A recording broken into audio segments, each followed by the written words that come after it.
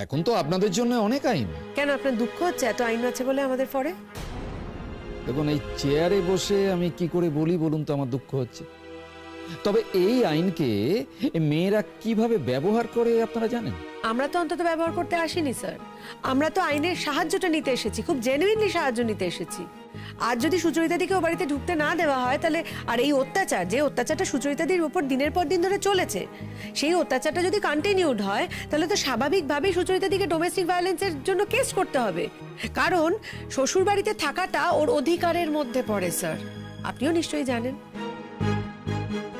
স্বামী থাকুক বা না থাকুক, স্বামী মারা যাক অথবা যদি ডিভোর্সও হয়ে গিয়ে থাকে, তাহলেও তার বিবাহিত স্ত্রী ওই বাড়িতেই থাকবেন, এটা তার অধিকারের মধ্যে পড়ে। সেই অধিকারটা থেকে ওকে তো বঞ্চিত করা হচ্ছে, সেটা কি করে মেনে নি? আর এই যে অধিকারটা, এই অধিকারের কথাটা কিন্তু আইনেই বলা আছে।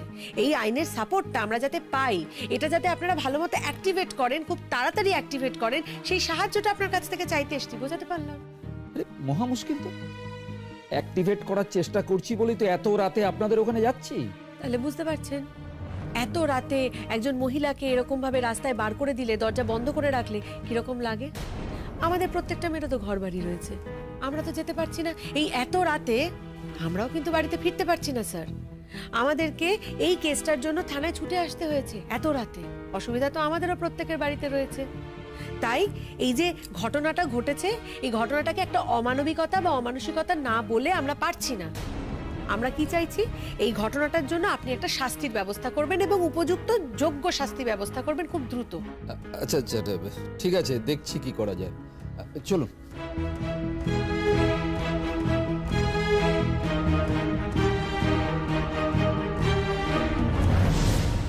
এই বড় ছেলের বউটাকে কিছুতেই বুঝিয়ে উঠতে পারছি না। আজ আর দরজা খোলা হবে না, তুমি যেখানে আছো ওখানেই বসে থাকো। পুলিশ!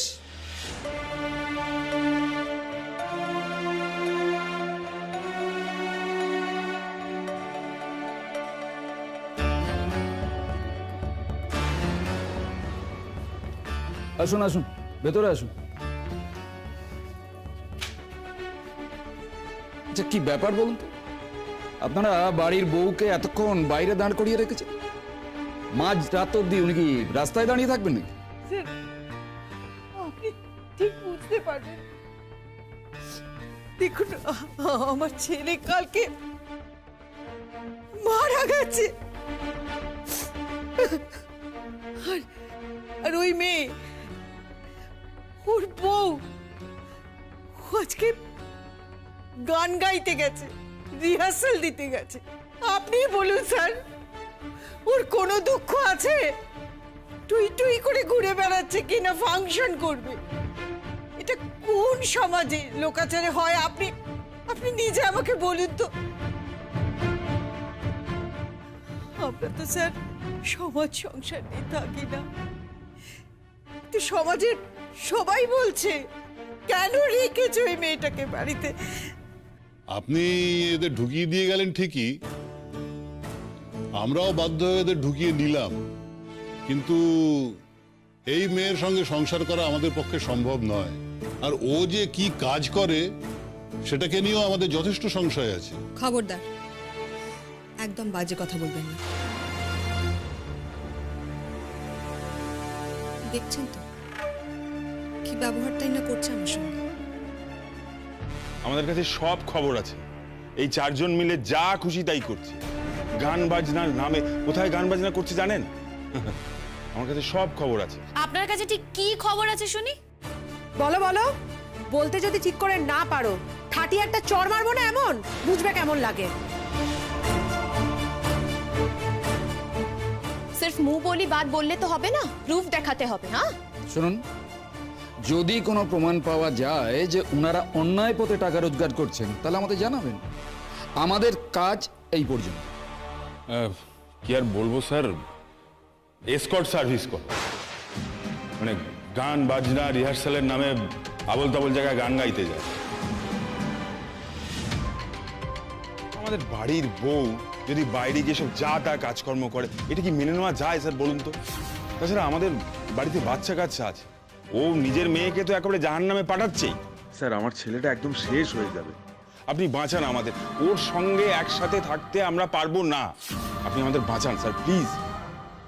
আপনি খবর নিয়ে দেখতে পারেন স্যার আমরা কি ধরনের প্রোগ্রাম করি। পাড়াতেও তো করেছি, ডিএম ম্যাডামও জানেন। এই যা যা কথা বলা হচ্ছে না, সব আমাকে তাড়ানোর জন্য। ওগুলো সব ওপর আর ওর আড়ালে ওরা কি করে যাচ্ছে আপনি স্যার ভাবতেও পারবেন না। আর এই হচ্ছে নাটের গুরু। এই তো কদিন হলো বিয়ে করে এসছে, এতদিন তো আমার বউ কোনোদিনও বাড়ি থেকে বেরোয়নি। আমি তো বলছি না স্যার যে চিরকাল আমার বউ খারাপ, আমি তো ওর বদনামও করছি না। এগুলো এই সম্প্রতি হয়েছে। আমার ছেলেটা মরে যাচ্ছে, ও তাতে কোনো শোক নেই, ও শুধু এই টাকা রোজগারের ধান্দায় ছুটে বেড়াচ্ছে। আচ্ছা, ওকে এত টাকা রোজগার করতে কে বলেছে বলুন তো? কি করতাম বলুন তো বাবা, টাকা পয়সার তো দরকার। আর আপনারা তো আমাদের সমস্ত সম্পত্তি নিজেদের নামই নিয়ে নিয়েছেন। দেখুন, যদি তাই হয়ে থাকে তাহলে আপনি আইনে যান, আইনের সাহায্য নিন, কোর্টে গিয়ে কেস করুন। আপনিও তো প্রশাসনেরই একটা অংশ, আপনাকে জানালাম, আপনি কিছু করতে পারবেন না? দেখুন, এইভাবে বললে তো হবে না, আপনি সময় মতো ঠিক জায়গায় বলবেন আর কি। স্যার, আপনার সঙ্গে আমাদের অনেক কথা আছে, আত্মীয় স্বজনদের জিজ্ঞাসা করুন, সবাই তো আছে না। পাড়া প্রতিবেশীরা এতক্ষণ ছিলেন, রাত হয়ে গেছে, সবাই চলে গেছে। ছি চিৎকার করছে সবাই স্যার, সবাই ছি চিৎকার করছে। আমরা একা বলছি না স্যার, এরা সাংঘাতিক, এরা ভয়ঙ্কর, এরা পুরো পাড়াটাকে নষ্ট করে দিচ্ছে। এই পাড়ার স্বাস্থ্য রক্ষার দায়িত্ব তো আমাদের মধ্যেও পড়ে স্যার। আমরা একজন এই পাড়ার কর্তব্যপরায়ণ নাগরিক, একেতেই সন্তান শোকে আমরা কাবু হয়ে আছি, তার মধ্যে আবার এরা। এগুলো একটাও সত্যি কথা নয় স্যার, বিশ্বাস করুন। এগুলো সব ওরা মিথ্যে কথা বলছে আমাকে তাড়ানোর জন্য। আমার নামে মিথ্যে স্ক্যান্ডাল করছে, ডিমিন করার চেষ্টা করছে আমাকে। দেখুন স্যার, এখানে একটাই কথা আপনাকে বলবো, এখানে যে যা বলছে সেটা তো মুখের কথা, তো সেই কথার কিন্তু প্রমাণ নেবেন। আর হ্যাঁ, আজকে আপনাদের আমি সত্যিই মন থেকে ধন্যবাদ জানাচ্ছি। আপনারা ছিলেন বলেই আজ হয়তো সুচরিতাদি ঘরের ভেতর ঢুকতে পেরেছে, না হলে পারতো না। তবে হ্যাঁ, আরেকটা কথাও আমি আজ বলে রাখছি, ভবিষ্যতে যদি সুচরিতাদির ওপর এরকম অত্যাচার হয়, শারীরিক কিংবা মানসিক, আমি কিন্তু আবার থানায় যাব। হ্যাঁ স্যার, আবার আপনার কাছে যাব। আর আমরা কিন্তু এই বিষয়ে খেয়ালও রাখবো। এই বড় বড় কথা বলো না, তুমি খেয়াল রাখার কে? কে তোমাকে এত মাতব্বরি করতে বলেছে? তোমাকে কে জায়গা দেয় তার ঠিক নেই, তোমার বাড়িটাকে তো ছন্ন ছাড়া করে রেখেছো। এই শাশুড়িকে রাস্তায় ধরে নাচাচ্ছ, আর এই ননদটাকে নিয়ে ব্যবসা করার চেষ্টা করছো। মুখ সামলে কথা বলবেন, আপনি কিন্তু অনেক বাড়াবাড়ি করছেন। দেখেছেন স্যার, দেখেছেন একজন বয়োজ্যেষ্ঠ মানুষের সঙ্গে কেউ এভাবে কথা বলে? বয়োজ্যেষ্ঠ মানুষ তো কি হয়েছে, নিজের সম্মান না নিজের কাছেই রাখতে হবে। বয়োজ্যেষ্ঠ মানুষ মানে তাকে সম্মান করতে হবে, তার তো কোনো মানে নেই। ওনার বয়স বেড়েছে ঠিকই, কিন্তু অসভ্যতাটা কমেনি। বয়সের সাথে সাথে না অসভ্যতাটাও পাল্লা দিয়ে বেড়েছে। এত বড় কথাগুলো আপনি আমার সামনে দাঁড়িয়ে বলতে পারছেন? আমি এই পাড়ারই মেয়ে, আমি সবটা জানি, আপনাদের বাড়িরও সব খবর জানি। তারপরে আমার সামনে দাঁড়িয়ে কথাটা বলার আস্পর্ধা হয় কি করে আপনার? কি করবে তুমি? তুমি যদি বকে যাও তাও বলবো না? তোমার বাবার বাড়িতে গিয়েও আমি এই কথাগুলো বলবো। তোমাদের নামে অনেক অভিযোগ আছে পাড়ায়।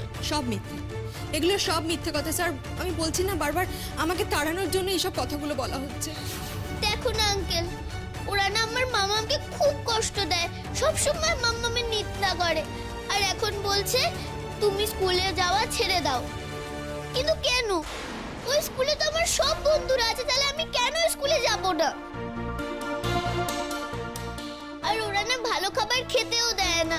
দেখুন স্যার, ওর স্বামী নেই মাথার উপরে, কে ওকে এত খরচা দিয়ে রাখবে? আমার এখন বয়স হয়েছে, আমি একজন রিটায়ার্ড লোক, আমার ছেলেও খুব একটা টাকা কড়ি রাখতে পারেনি। আমার ছেলের ওর সঙ্গে সম্পর্কই ছিল না, তারপরেও আমাদের বাড়িতে ওকে রেখেছি। ওই মেয়ের খরচা দিত ওই ছেলেই, কিন্তু এখন তো সেও নেই। কে মেয়ের খরচা দেবে? ওই বড় লোকই স্কুলে তো আমি পড়াতে পারবো না, তাই বলেছিলাম অন্য স্কুলে ভর্তি হওয়ার কথা। কি অন্যায় করেছি স্যার? আর ওর মা যদি এরকম ব্যভিচার করে তাহলে তো আমি ওকে রাখতে পারবো না। ঠিক আছে, নাতনির দায়িত্ব আমার, ওকে স্কুলে পাঠাবো, ওর জন্য সবকিছু করব, কিন্তু ওর মাকে থাকতে গেলে এই বাড়িতেই থাকতে হবে। দেখুন, উনি যদি এই শর্ত দিয়ে থাকেন এবং আপনাকে এই বাড়িতে থাকতেই হয়, তাহলে তো এই শর্ত মেনে চলতে হবে। সেটা সম্ভব নয় অফিসার। আজকে উনি বলছেন উনি আমার মেয়ের দায়িত্ব নেবেন, কাল যদি না নেন সে দায় কে নেবে বলুন তো আপনি? আমার স্বামীর সমস্ত টাকা পয়সা এরা আত্মসাৎ করেছে স্যার। এই যে আমার দেওর দেখতে পাচ্ছেন, ও চেয়েছে ওর দাদার সমস্ত টাকা পয়সা নিয়ে নিতে, আমাকে আমার মেয়েকে ঠকাতে। আমার স্বামীর যে নমিনিগুলো ছিল তিনি অনেকবার চেয়েছিলেন অসুস্থ থাকাকালীন সেগুলো চেঞ্জ করতে, আমিই করতে দিইনি। কি করে বুঝতাম বলুন তো এত তাড়াতাড়ি এত কিছু ঘটে যাবে? আর আজকে দাদা চলে যাওয়ার পর ভাই কিরকম নোংরামি করছে দেখুন টাকা পয়সার জন্য। বৌদিকে কোথায় নামিয়ে নিয়ে গেছে, চরিত্রের দাগ দিচ্ছে শুধুমাত্র সম্পত্তি নেবে বলে। পুরো বাড়িটা না, বাড়ির সমস্ত লোকজন খেপে উঠেছে আমার স্বামী টাকাগুলোর জন্য। আপনি বিশ্বাস করুন একটু আমার কথাটা। দেখুন, আপনারা যে সমস্যাটা নিয়ে গিয়েছিলেন সেটা তো আমরা সলভ করে দিয়েছি। প্লিজ, এখন এত সমস্যা শোনার সময় নয়, এটা নিয়ে পরে কথা হবে। হ্যাঁ, আর শুনুন, আপনি কিন্তু আপনার বৌদির গায়ে হাত দেবেন না, ওনাকে মানসিকভাবে নির্যাতন করবেন না, তাহলে কিন্তু আপনারা বধূ নির্যাতনের কেসে পড়ে যাবেন। হ্যাঁ, উনি যে কটা দিন আছেন এখানে একটু মানিয়ে গুছিয়ে চলুন না। স্যার, আমি ওই মেয়ের মুখ দেখতে চাই না। ওই মেয়ের মুখ দেখাও পাপ। আমার ছেলে চলে গেছে, আপনি ফিরবে না। আপনি দেখে নেবেন স্যার, ওই মেয়ে আবার কালে বেরিয়ে যাবে। নষ্টি করছে ওই মেয়ে। আপনি তো জানেন স্যার, এই সময় মানুষকে কত সাবধানে থাকতে হয়, বাড়িতে থাকতে হয়, নিয়ম কানুন আচার অনেক কিছু পালন করতে হয় স্যার। এই তো আমার আত্মীয় স্বজনরা, আপনি নিজে জিজ্ঞেস করুন না স্যার। এমন বউ বাবা আমি জীবনে দেখিনি, যার কিনা কালকে স্বামী মারা গেছে সে কিনা আজকে ফুর্তি করতে বেরিয়েছে। গান গাওয়া মানে তো ফুর্তি করাই হলো। সুচরিতা দিয়ে এসব কথা না শোনো না, শোনার কোনো মানে নেই, জাস্ট ইগনোর করো। কালকে তোমার সাথে দেখা হচ্ছে। হ্যাঁ শোনো, অনেকটা রাত হয়েছে তো, এখন আমরা আসি। পুতুল দি চলো। পুলিশটাকে না আমি খুব ভয় পাই তো, তাই আমি এতক্ষণ কিছু বলছিলাম না। ও পুলিশ বাবু, বলছিলাম কি, এই যে ঘরে ঘরে মেয়েদের এত অত্যাচার হয়, সবাই তো মুখ বুজে পড়ে থাকে, তা আপনার না আসেন বাড়িতে এসে সবাইকে বললেন যে ভালোভাবে থাকুন, যারা এমন অত্যাচার করে তাদেরকে তো শাস্তি দেন না। এরা যে এতক্ষণ ধরে এত অন্যায় করলো, এই যে মেয়েটাকে আর বাচ্চাটাকে এতক্ষণ বাইরে দাঁড় করিয়ে রাখলো, তা ওদের তো কোনো শাস্তি দিলেন না। হ্যাঁ, আমি হলে কিন্তু ঠিক শাস্তি দিতাম, একদম হাত ধরে টানতে টানতে পুলিশের কাছে থানায় নিয়ে চলে যেতাম। আপনি তো ওদের কোনো শাস্তি দিলেন না। মেয়ে বলে কি তার কোনো দাম নেই কো? পুতুল দি তুমি চুপ করো। আরে বলো। পুতুল, কেন এত কথা বলো না, প্লিজ চুপ করো। हाँ বলেছি না পুতুল দি, ইতনা বাত করতে নেই। হ্যাঁ না বাবা, করতে নেই। আমি তোমার হকের কথা বলছি না, কি কেন বলবো না। পুলিশ বাবা, তোমার মেয়ের যদি অমন হতো, যদি তোমার মেয়েকে কেউ মাঝরাতের বেলায় রাস্তা বের করে দিত, তখন কি তুমি এমনি করে চলে যেতে পারতে বলো? হ্যাঁ, তখন তো তুমি পুলিশ বলে কত কিছুই না করতে। তার নিজের মেয়েবেলায় হাতে শুতে, পরের মেয়েবেলায় দাঁত কপাতি। কেন? নিজের মেয়ে মানুষ, অন্যের মেয়ে বুঝি মানুষ নয়? হ্যাঁ, অন্যের মেয়ে বুঝির প্রতি তোমার কোনো মায়া দয়া নেই গো? হ্যাঁ বলি, ওরাও তো কত কষ্ট করছে, তোমাকে দেখে একটু মায়া দয়া হয়নি?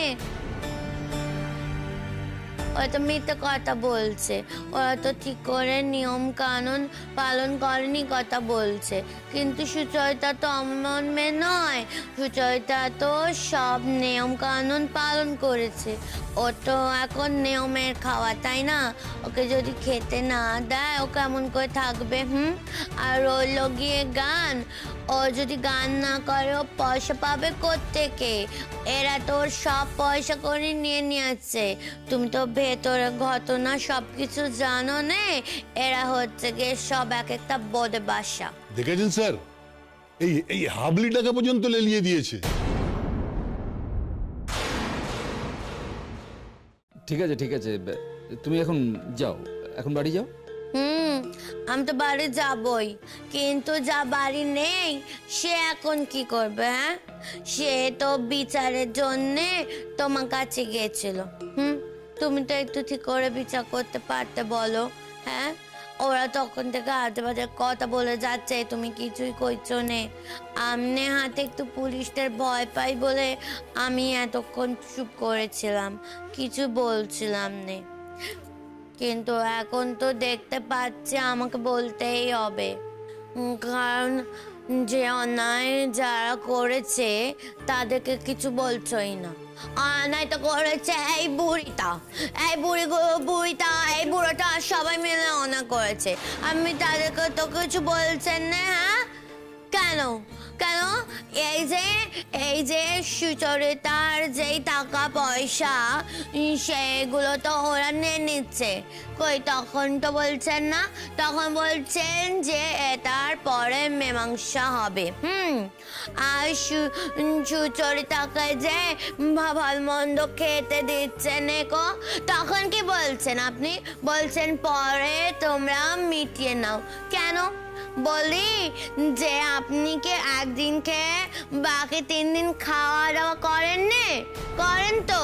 তার 3 দিনের খাওয়া যদি 3 দিনে খান, তাই দিনের কাজটাও দিনে করতে হবে। এই যে ওরা দুজন এতক্ষণ ধরে বাইরে দাঁড়িয়ে ছিল, ওকে দরজা বন্ধ করে রেখেছিল, বাচ্চাটাকে মা কাছে যেতে দিয়েছিল নে।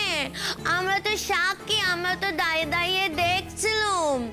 আমরা তো এটাও দেখছিলাম, পাড়া প্রতিবেশীর লোকেরাও সবাই মিলে ওই তালে তাল দিচ্ছিল।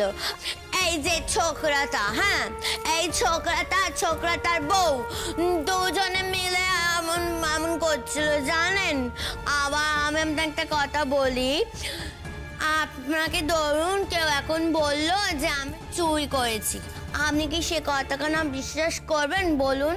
হ্যাঁ, তাই সে কথাখানা যদি বিশ্বাস না করেন, ওরা অন্যায় করেছে এই কথাটা ওরা যখন বলছে, আপনি কেন বিশ্বাস করছেন? আপনি তার মীমাংসা করুন দেখি এটার। এবার আমরা যাব, আর হ্যাঁ, ওকে একটু দেখে রাখুন।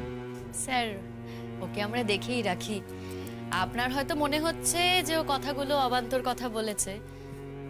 হ্যাঁ, ওকে সবাই হাবলি বলে, কিন্তু এই কথাটা তো মানবেন, যে কথাগুলো আজকে পুতুলদি বলেছে সেই কথাগুলো কিন্তু 100 কথার 1 কথা। আপনি মনে মনে অন্তত এই কথাগুলো নিশ্চয়ই মানবেন। স্যার, আমি সবার হয়ে কথাটা বলছি, সব মেয়েদের হয়ে বলছি আপনাকে। আমাদের মেয়েদের কিন্তু অনেক সমস্যা। আপনারা যদি মেয়েদের পাশে না দাঁড়ান, তাহলে আমাদের পাশে কে দাঁড়াবে বলুন তো স্যার? আমরা সবাই মিলে কি করে ফাইট করব? আমরা তো আপনাদের উপর ভরসা করি স্যার, এই ভরসাটুকু রাখবেন না?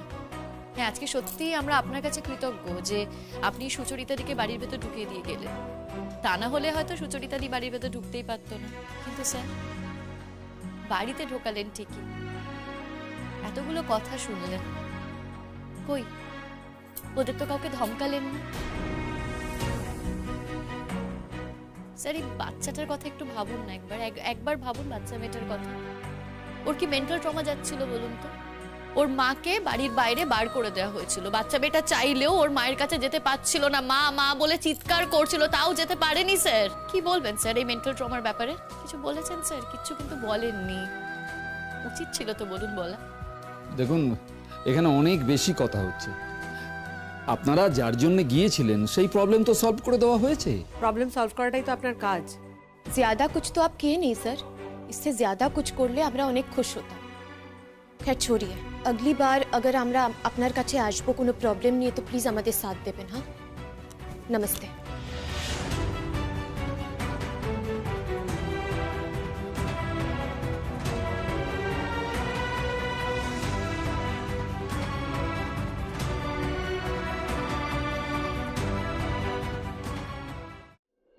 দাও দাও দাও, আমাকে দাও, আমাকে দাও। না না, দাও।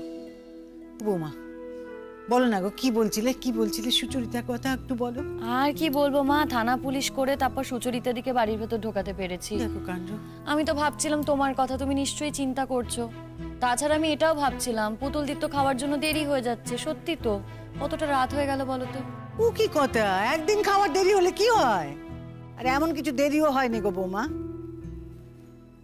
আমি ভাবছি ওই সুচরিতার কথা, তার উপর দিয়ে কি ঝড়ই না যাচ্ছে বলো দেখি। হ্যাঁ বলো বলো বলো, তোমার ননদিনীকে বলো। তার তো খুব বে করা দিচ্ছে একেবারে। হ্যাঁ, বের জন্য একেবারে হেঁদিয়ে মরছে।